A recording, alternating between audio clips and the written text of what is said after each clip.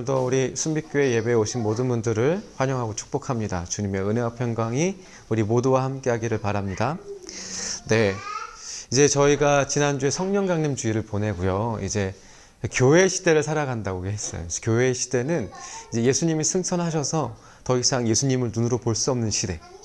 이제 교회가 세워지고 믿음을 갖고 있는 사람들이 모여서 그 예수 그리스도를 예배하는 그런 시대가 된 거죠. 근데 이제 지난주에도 말씀드렸지만 예수 그리스도를 눈으로 보지 못한다라는 건 굉장히 뭐랄까 또 예수 그리스도를 보지 않고 믿는다라는 건 좀 어려운 일일 수도 있어요. 그리고 그렇게 믿었다 하더라도 그러면 우리의 삶은 어떻게 살아내야 하는가? 어떻게 보면 예수 그리스도의 삶의 발자취를 눈으로 봤다면 아 그래 나도 저렇게 살아봐야지 이런 마음이 들 수도 있을 텐데 그렇지 않단 말이에요. 물론 성경에 예수님의 흔적들이 다 남아있긴 하지만 사실 그것을 우리의 삶으로 살아내는 게 되게 어렵잖아요. 그죠? 그래서 그러면 우리는 그럼 어떻게 살아야 하는가? 이 질문을 우리가 항상 함께 생각하면서 살아가야 해요. 병민아, 이제 우리가 이제 예수님이 안 보이는 시대에서 예수님을 믿잖아. 그치? 그러면 병민이가 생각할 때 예수님 믿을 때 제일 중요한 게 뭐라고 생각해? 예수님이든 너가 신앙생활 할 때 제일 중요한 거 이제 예수님이 보이지 않는 시대니까 뭐가 제일 중요할까? 찬양. 그럴 수 있지.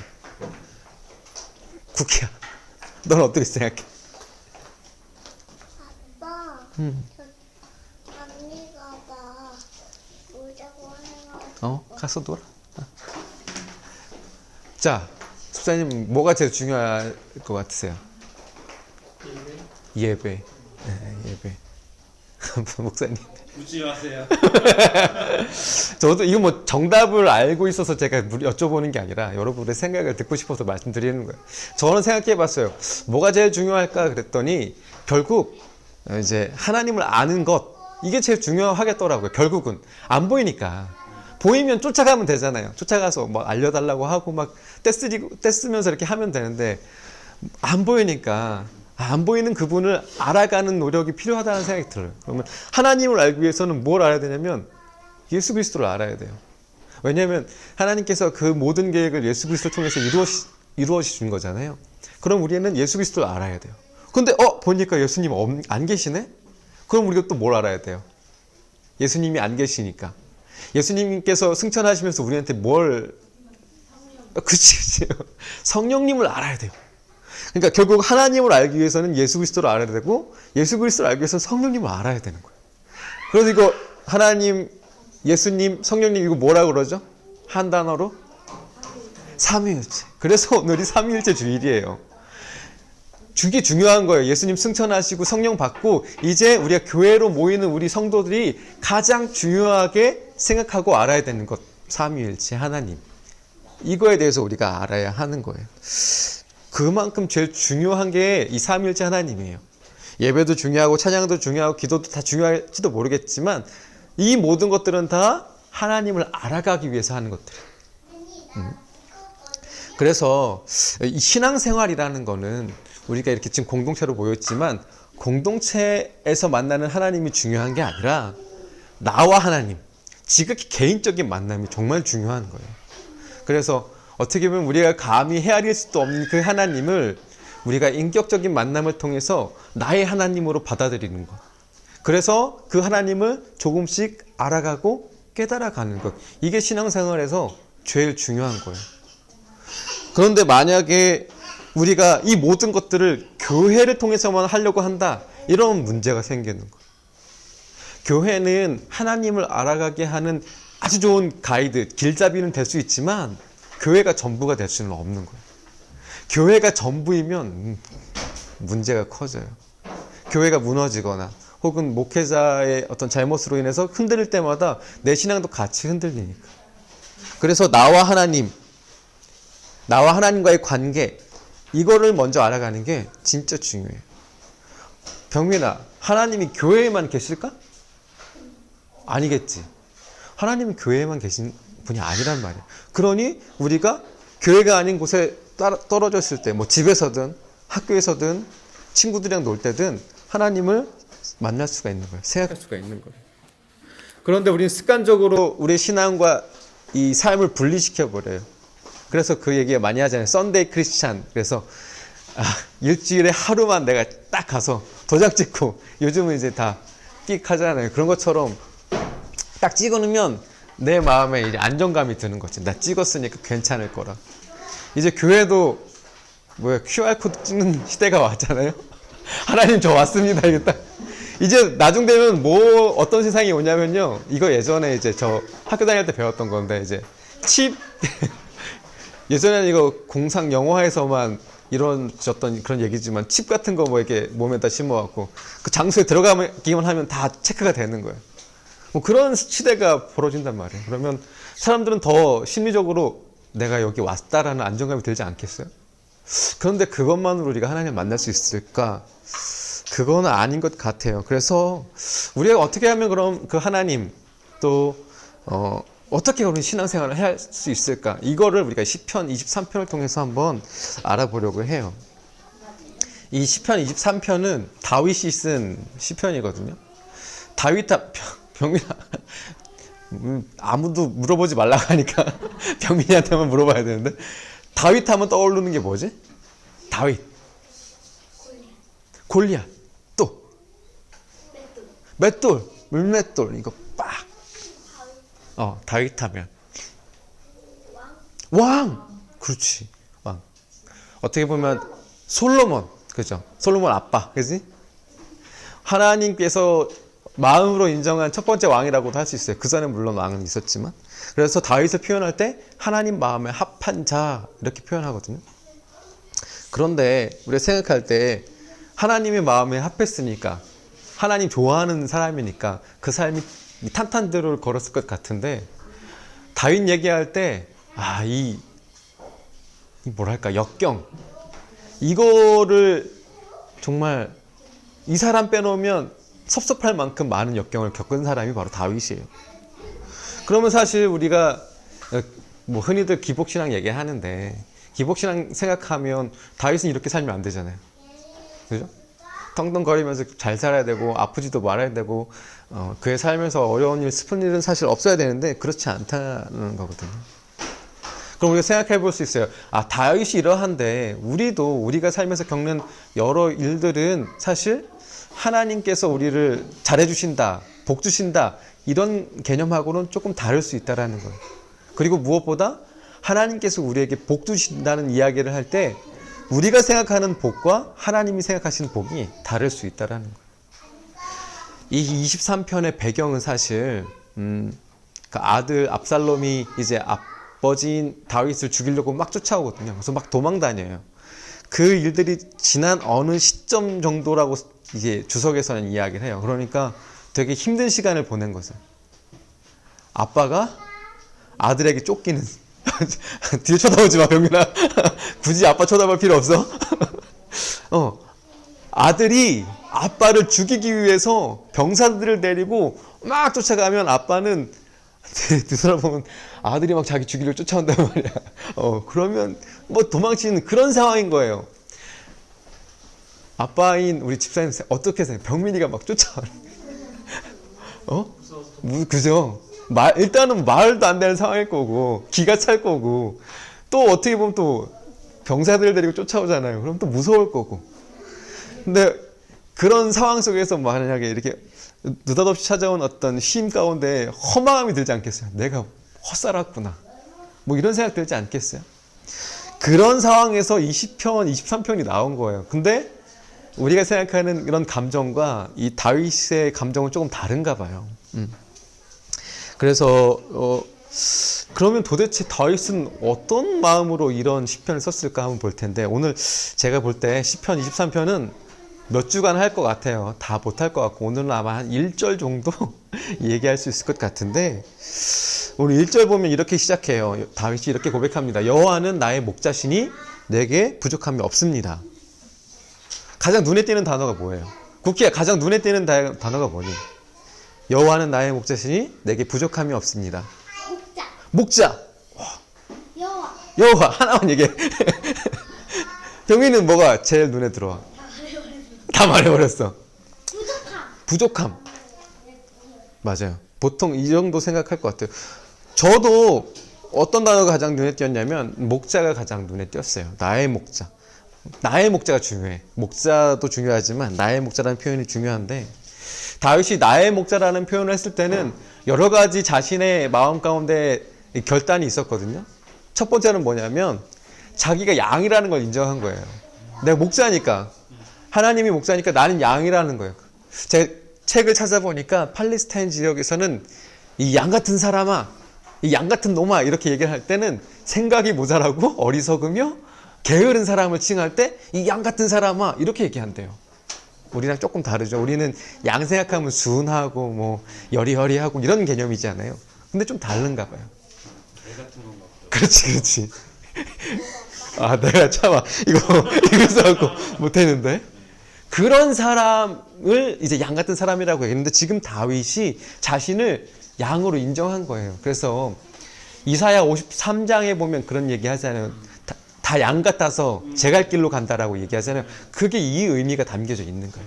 이 양에 대한 이미지가 그런 이미지인 거예요. 그러니까 이 양은 누군가의 도움이 필요한 존재라는 거예요. 자기의 힘으로 어떤 상황이나 어떤 문제들을 해결할 수 있는 능력이 없고 그럴 의지도 없는 그런 존재. 그렇기 때문에 누군가의 도움이 절실히 필요한 그런 사람을 이렇게 양 같은 사람이라고 얘기를 한다라는 거예요. 만약에 누군가 의지하지 않고 나만 의지하고 내 힘으로 할 수 있고 나 다 할 수 있어. 아, 하나님 잠깐 괜찮습니다. 하나님 일하지 마시고 내가 한번 해볼게요.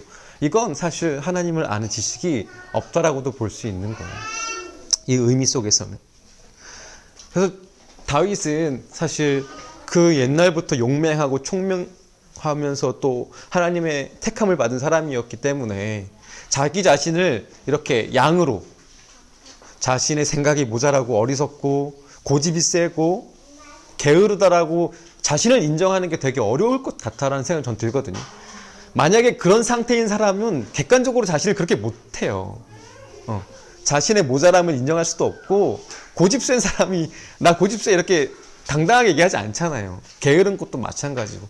그런데 다윗은 지금 자신을 양으로, 하나님의 도움이 절실히 필요한 존재로 자신을 인정한다는 거예요. 두 번째는 하나님을 나의 목자. 그러니까 하나님이 아니면 다른 소리는 듣지 않겠다라는 거예요. 내 목자니까 내 목자의 소리만 듣겠다라는 뜻이거든요. 역시 책에서도 제가 봤는데 그 양을 몰 때 목자가 보통 피리를 불거나 뭐 노래를 부르거나 이런대요. 그러니까 우리가 생각할 때 양을 친다라고 생각하잖아요. 근데 그 개념이 아니라는 거예요. 소를 모는 이런 표현을 쓰지만 양은 이렇게 인도한다라는 표현을 쓴다고 하더라고요. 그 지역에서는. 그래서 뭐 그 목자의 개, 강아지들이 이제 막 다니면서 양들을 하나로 모으고, 목자는 여러 소리나 뭐 피리는 이런 것들을 통해서 양들을 이끌어 간다라고 하더라고요. 그래서 양들은 자기의 목자의 소리만 반응한대요. 신기하게도. 지금 다윗은 다른 소리 듣지 않겠습니다. 이 다짐을 한 거예요. 내가 하나님의 소리만 듣겠습니다. 이 얘기를 하는 거예요. 그래서 이거에는 사실 그런 개념이 있잖아요. 다윗에게는 그 복음서에 보면은 71마리의 양을 찾으시는 하나님의 마음이 있잖아요. 그래서 자기가 제멋대로 살다가 어쩌다가 울타리를 넘었는데 울타리를 넘어버린 자신을 포기하지 않고 끝까지 찾아다니시는 하나님, 그리고 자신을 찾아내서 그 기쁨에 못 이겨서 잔치를 벌이시는 하나님, 그 하나님이 이 다윗에게는 마음으로 찾아온 거죠. 그리고 세 번째는 아까도 말씀드렸지만 어떤 일이 있더라도 자신의 목자이신 하나님의 음성을 신뢰한다라는 거예요. 신뢰. 그러니까 사실 목자가 양에게 하는 일들의 대부분은 양들을 인도하는 것도 있지만 결국 양에 향하여서 들어오는 공격들 있잖아요. 외부의 공격들을 그것으로부터 보호해주는 역할을 한다라는 거예요. 그 목자를 완전히 의지하고 신뢰한다라는 것. 이제 이 세 가지가 다윗에게는 있었던 거예요. 그래서 다윗은 하나님을 나의 목자라고 이렇게 부를 수 있었던 거죠. 그럼 여기서 우리가 또 생각해 봐야 돼요. 여러분들은 하나님을 어떻게 생각하고 있는지, 진짜 나의 목자라고 부를 수가 있는지. 그럼 내가 만약에 하나님을 목자라고 부른다면 제가 방금 말씀드린 이 세 가지 있잖아요. 나 스스로를 양으로 생각하고 하나님만을 나의 목자로 인정하면서 그 소리에 신뢰를 보내는가. 무조건적인 신뢰. 이 세 가지를 생각해 봐야 하거든요. 네, 한번 잘 생각해 보세요. 한번 잘 생각해 보시고. 그렇다면 이 다윗에 놓여져 있는 상황, 이런 상황들을 생각해 봤을 때 결국 하나님을 나의 목자라고 고백할 수밖에 없었던 이유는 그렇잖아요. 젊었을 때는 자신이 따르던 왕이 자기를 막 죽이려고 그래. 자기는 충성을 다했는데, 나가서 골리앗과도 싸워서 다 이겼는데, 그런데 자기를 죽이려고 해. 시간이 지나서 좀 나이가 들었을 때는 자기 아들이 자기를 죽이려고 해. 그때 깨달은 건 뭐냐면, 아까도 말씀드렸지만 인생의 무상함, 허무함, 이런 것들을 느꼈을 것 같아. 그리고 계속 도망치는 삶을 살아가며 나는 아무것도 할 수가 없구나, 연약하구나, 이것을 인정할 수밖에 없지 않았을까. 우리도 마찬가지잖아요. 우리의 삶에서 여러 가지 일들이 있잖아요. 안녕할 때도 있고 되게 풍파를 겪는 것 같은 때도 있고, 때로는 하나님 계시지 않는 것 같은 느낌이 들 때도 있단 말이에요. 그런 때에 우리가 하나님을 나의 목자로 그렇게 인정하고 부를 수 있을까? 이건 우리가 한번 고민해 봐야 되는 지점이라고 생각해요. 어떤 상황 속에서도 여러분들이 하나님을 나의 목자라고 부를 수가 있다면 아마 그건 여러분들의 삶의 방향이 나에게 향하지 않고 아마 하나님을 향하고 있기 때문이라고 생각해요. 제가 이렇게 단순하게 얘기했지만 사실 그 내면에는 더 깊은 하나님과의 교감이 있겠죠. 근데 그건 다음에 좀 더 설명을 드리고, 결국 내 인생에 어떤 풍파가 있더라 하더라도 내가 하나님을 의지하겠다라는, 그리고 하나님밖에 보이지 않는다라는 그 삶의 방향이 정말 중요한 것 같아요. 그러면 근데 아까 쿠키가 세 번째로 얘기했던 거, 부족함이 없다라고 얘기했는데 정말 다윗은 부족한 게 없었을까? 병민아 봐. 상황이 어떤 상황이냐면 광야야. 숨을 데도 별로 없어. 마실 물도 별로 없겠지. 그런데 막 도망을 다녀. 부족한 게 없을까? 뭐가 제일 부족할까? 광야는 사막 같은 곳을 말하거든. 근데 막 자기를 쫓아와 죽이려고 막 도망쳐. 뭐가 제일 필요할까? 용기! 물! 그치, 물. 하나님. 너무 교육이 잘 돼 있어. 다 필요해. 용기도 필요하고 물도 필요하고 하나님도 필요하단 말이야. 다 부족한 상황이야. 용기도 부족하지. 왜냐하면 하루 이틀 도망가는 건 도망갈 수 있어요. 근데 계속 도망간다고 생각해봐. 용기가 생길 틈이 없고, 무엇보다도 물 중요해. 사막이니까. 물 구하기는 너무너무 어렵겠지. 너무너무 부족해. 하나님, 만약에 목사님이 다윗의 입장이었다면 하나님 욕을 했을 거야. 도대체 이게 뭐냐고. 내가 그렇게 하나님 잘 믿었는데 왜 아들이 날 죽이려고 쫓아오냐고 막 삿대질하면서 욕했을지도 모르겠어. 부족하지. 모든 게 부족한 상황인데 지금 다윗은 역설적으로 부족함이 없다라고 얘기한단 말이에요. 현실의 삶에서는 너무 부족한 것 투성이지만 그 밑에 절에 푸른 풀밭, 쉴만한 물가, 이걸 인도하시는 하나님을 고백할 수 있다는 것 자체가, 이게 무슨 얘기냐면요, 내 숨이 머리끝까지 다 됐어. 이제 다 된 거예요. 그런데 다윗 안에 신뢰가 있어. 어떤 신뢰냐면, 내가 지금 목도 마르고 죽을 것 같은데 좀 쉬고 싶은데 내리쬐는 태양 이거 좀 피해서 좀 그늘진 곳에서 쉬고 싶은데 하나님께서 그것들을 마련해 주실 거라는 신뢰가 있는 거예요.